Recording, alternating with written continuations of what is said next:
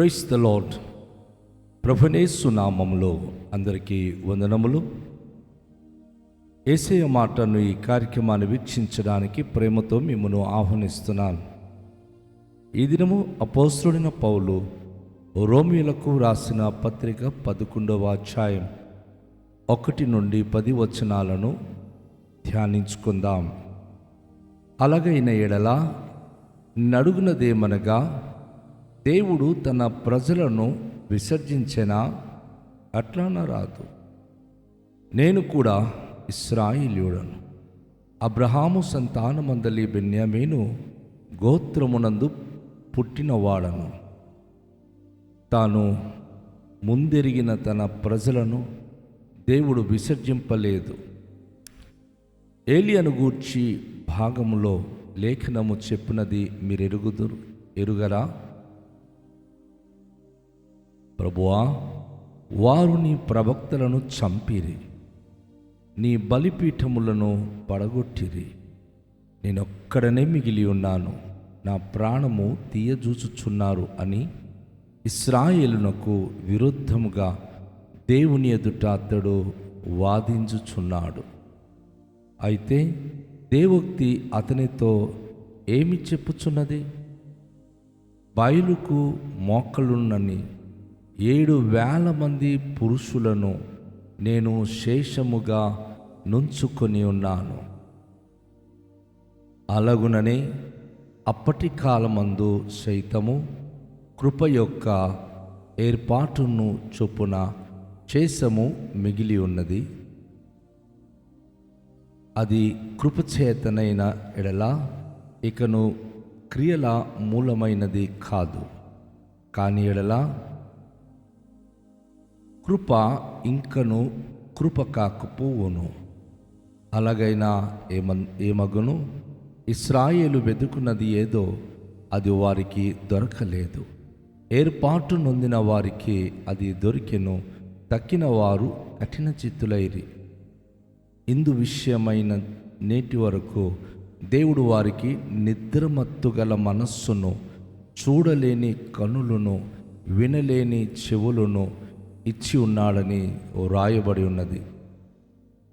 మరియు వారి భోజనము వారికి ఉరిగాను, బోనుగాను, ఆటంకముగాను, వారి క్రియలకు ప్రతిఫలముగాను ఉండునుగాక.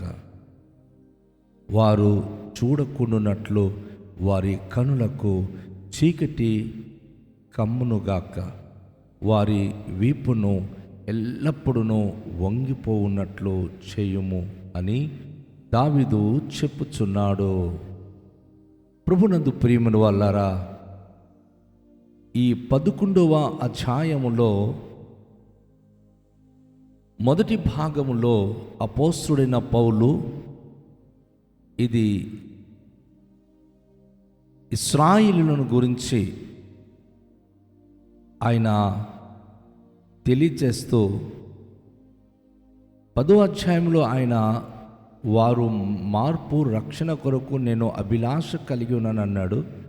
11వ అధ్యాయానికి వచ్చినప్పుడు దేవుని కృప హెచ్చుగా వారి మీద ఉన్నా వారు దేవుని యొక్క ఏర్పాటుకు దూరంగా ఉన్నట్లుగా ఆయన వివరిస్తున్నాడు.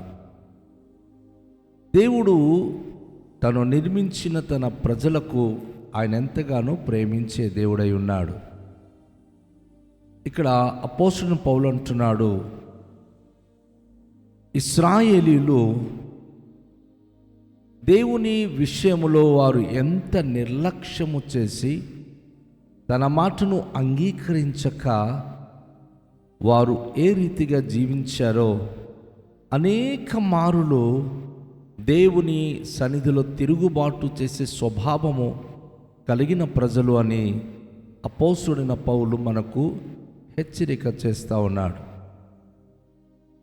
అయితే తన ప్రజలను దేవుడు విసర్జించలేదు. వారు ఎన్నిసార్లు దేవునికి వ్యతిరేకంగా జీవించినా, దేవుని ఆజ్ఞాతిక్రమించి బ్రతికినా, వారిలో కొందరైన శేషము కలిగి ఉన్నారు. ఎందుకంటే ఏలియా కాలములో అహాబు రాజు, యెజబెలు రాణి వారి పరిపాలన కాలములో దేవుని సేవకులు ఎంతమందిని వారు కనుగొన్నారో వారిని హతమార్చారు. అయితే ఆ లేఖన భాగంలో మనకొక మాట తెలియచేస్తుంది. అనేక మంది దేవుని ప్రవక్తలను వారు చంపారు. దేవుని బలిపీఠములను, అది ఎక్కడ జరిగింది? ఇజ్రాయిలు దేశములో. ఇజ్రాయిలు రాజైన అహాబు ఆయన కాలములో బలిపీఠములు పడగొట్టారు. భక్తుడైన ఏలియా అంటాడు, నేనొక్కడిని మిగిలి ఉన్నాను, నా ప్రాణం కూడా వారు తీయజూచుచున్నారు అని ఇశ్రాయేలునకు విరుద్ధంగా దేవుని ఎదుట అతడు వాదించుచున్నాడు. దేవుని ప్రజలు ఎంత దుర్భాగ్యమైన స్థితిలో వారు దేవుని సేవకులకు విరుద్ధంగా పనిచేస్తున్నారో ఆ విషయంలో ఏలియా ప్రవక్త దేవుని దగ్గర ప్రార్థిస్తూ, అయ్యా నేనొక్కడిని మిగిలి ఉన్నాను, నన్ను కూడా చంపాలనుకుంటున్నారు అని దేవునిలో ప్రార్థించాడు. అయితే దేవోక్తి అతనితో ఏమి చెప్పుచున్నది? బయలునకు మోకలునని 7,000 మంది పురుషులు నేను శేషముగా నుంచుకొని ఉన్నాను. ఏలియా కంటికి కనబడింది చనిపోతున్న భక్తులైతే, దేవుని కంటికి ఆ బయలు దేవతకు మోకరిల్లి పూజించని 7,000 మంది అదే సామ్రాజ్యంలో ఉన్నారు. దేవుని యందు భయభక్తి కలిగి విగ్రహానికి ఏమాత్రం రొక్కక వారు ప్రత్యేకంగా దేవుని కొరకు జీవించేవారు 7,000 మంది ఆ దేశంలో ఉన్నట్లుగా వాక్యం ద్వారా మనము చూస్తూ ఉన్నాం. అలాగునని అప్పటి కాలమందు సైతము కృప యొక్క ఏర్పాటు చొప్పున శేషము మిగిలి ఉన్నది. ఇక్కడ అపోస్తలుడు పౌలు చెప్పే భావం ఏమిటంటే, ఆ దినాల్లో రాజులు, అధికారులు, అనేక మంది ప్రజలు, ఇశ్రాయేలీయులు దేవుని వాక్యానికి విరుద్ధంగా వెళ్ళి బయలుదేవతకు మ్రొక్కి దేవుని యొక్క ఉగ్రత పాలైనప్పుడు బయలుదేవతకు మ్రొక్కక దేవుని కృప చేత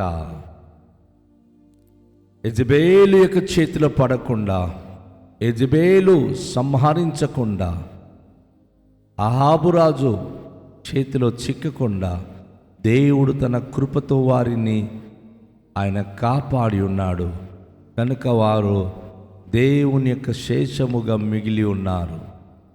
దేవుని దగ్గర వారు ఉగ్రతను తప్పించుకొని 7,000 మంది బ్రతికించి దేవుడు ఉంచినట్లుగా ఇందులో దేవుని యొక్క కృప, ఆయన ఏర్పాటు ఆ శేషం మీద మిగిలి ఉంది అని అపోస్తలుడు పౌలు తెలియచేస్తున్నాడు.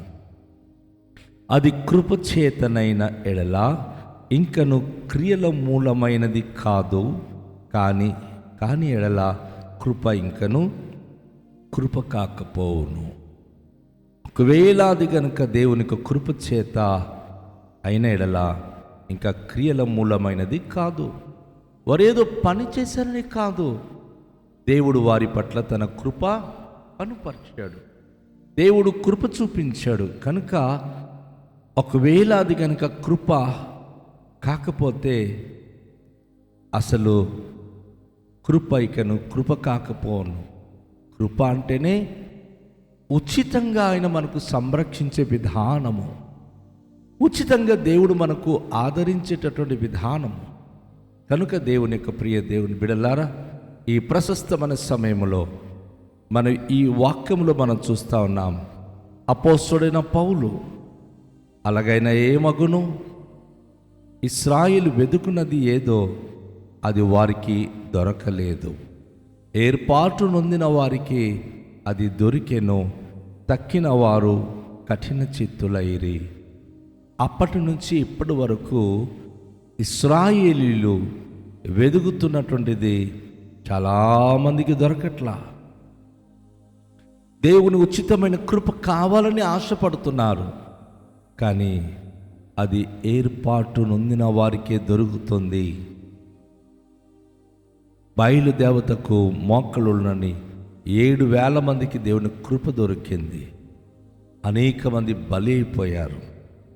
ఈరోజు అనేక మంది ఇశ్రాయేలీయులు వారు వెదుగుతున్నారు, కానీ ఉచితమైన దేవునికి కృపకు వారు పాత్రులు కాలేకపోతున్నారు. అందుకని ఏర్పాటు నొందిన వారికి ఆ కృప దొరుకుతుంది. అదే సమయంలో తక్కిన వారు కఠిన చిత్తులవుతున్నారు. వారి మనసు కఠినమైపోతుంది. నేటి క్రైస్తువులలో కూడా అదే సమస్యలు.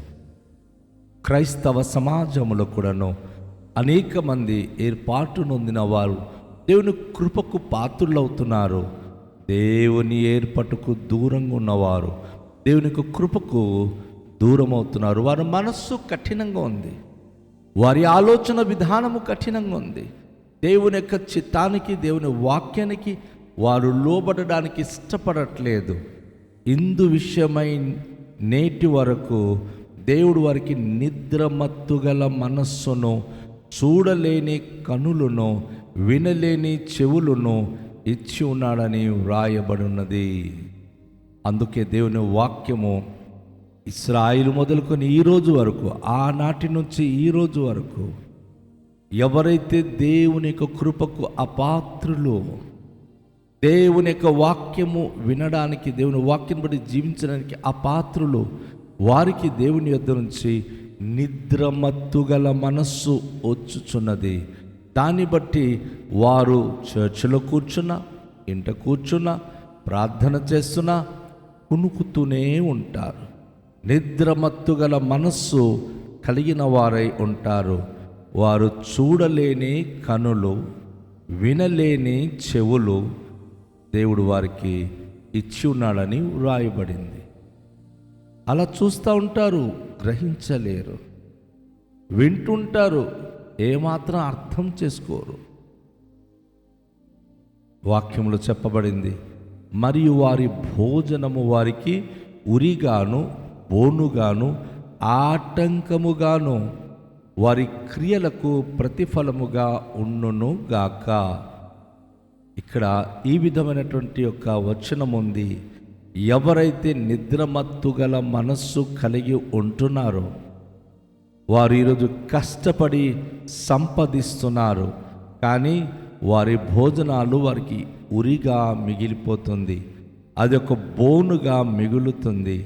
వారికి అది ఆటంకాలుగా, వారి క్రియలకు ప్రతిఫలముగా ఉంటుంది. వారు అభివృద్ధి పొందలేకపోతున్నారు. వారి ఎదుగుదలకు ఆటంకాలు కలుగుతుంది. ఎందుకంటే వారు తమ మనస్సులో దేవునికి చోటియట్లేదు. వారు మనస్ఫూర్తిగా దేవుని యొక్క వాక్యానికి విధేయత కాలేకపోతున్నారు. దేవుని యొక్క పవిత్ర లేఖన భాగము ఈరోజు మనకు నేర్పించే మాటలు మనము ఆలోచిస్తే, దావీదు మహాభక్తుడు కూడా చెప్పినట్లుగా ఈ వాక్యముల అపోస్తలుడైన పౌలు గుర్తు చేస్తున్నాడు. వారు చూడకుండునట్లు వారి కనులకు చీకటి కమ్మునుగాక, వారి వీపును ఎల్లప్పుడూ వంగిపోవునట్లు చెయ్యుము అని దావీదు చెప్పుచున్నాడు. అవునండి, దేవుని వాక్యానికి అవిధేయులై, దేవునికి తమ జీవితంలో చోటియక, దేవుని యొక్క వాక్యానికి ఏమాత్రం వారు గౌరవించకున్నప్పుడు వారి కనులకు చీకటి కమ్ముతుంది, వారి వీపు పొంగిపోతుంది. దావీదు భక్తుడు వారి కొరకు అలా ప్రార్థన చేస్తున్నాడు. అవును నా ప్రియ సోదరి, నా ప్రియ సహోదరుడా, ఇశ్రాయేలులు ఏర్పాటు నొందిన ప్రజలు అయినప్పుడు కూడాను దేవుని కృపకు పాత్రులు కాలేకపోయారు. దేవుని కృపకు దూరం అయిపోయారు. అన్య జనాంగము నుండి రక్షించబడిన మనము ఇశ్రాయేలు కంటే గొప్పవారమా? కనుక జాగ్రత్త పడదాం. దేవుని యొక్క ఏర్పాటు, ఆయన కృపకు పాత్రులై జీవించడానికి రండి. మనస్ఫూర్తిగా ఆయనను మనము సేవించి ఆయనకు ఘనపరిచి ఆయనలో జీవించడానికి సిద్ధమవుదాం. మికిలి దయగల తండ్రి, మీ పరిశుద్ధ నామమునికి స్తోత్రములు. ఈ ఉదయకాశంలో మీరు మాతో మాట్లాడిన మాటల కొరకు కృతజ్ఞతలు చెల్లిస్తున్నాం. ప్రభువా, ఇశ్రాయేలీలు నీ ప్రజలైనప్పటికీ వారు కొందరు ఏర్పాటు నుండి ఉన్నారు, కొంతమంది ప్రభువా విడువబడి ఉన్నారు.